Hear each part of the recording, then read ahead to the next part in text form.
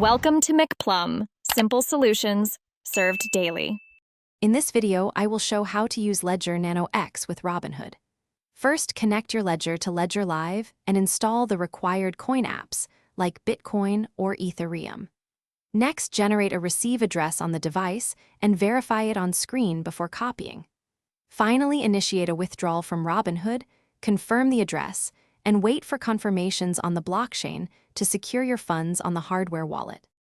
Begin by powering on the Ledger Nano X and updating firmware through Ledger Live to ensure compatibility. Create or recover your wallet using the 24-word recovery phrase and store it offline.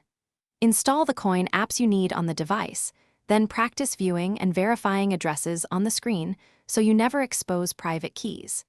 These steps prepare you for safely receiving crypto from Robinhood to your hardware wallet. To transfer crypto, open the relevant app on your Ledger and copy the receive address after confirming it on the device screen.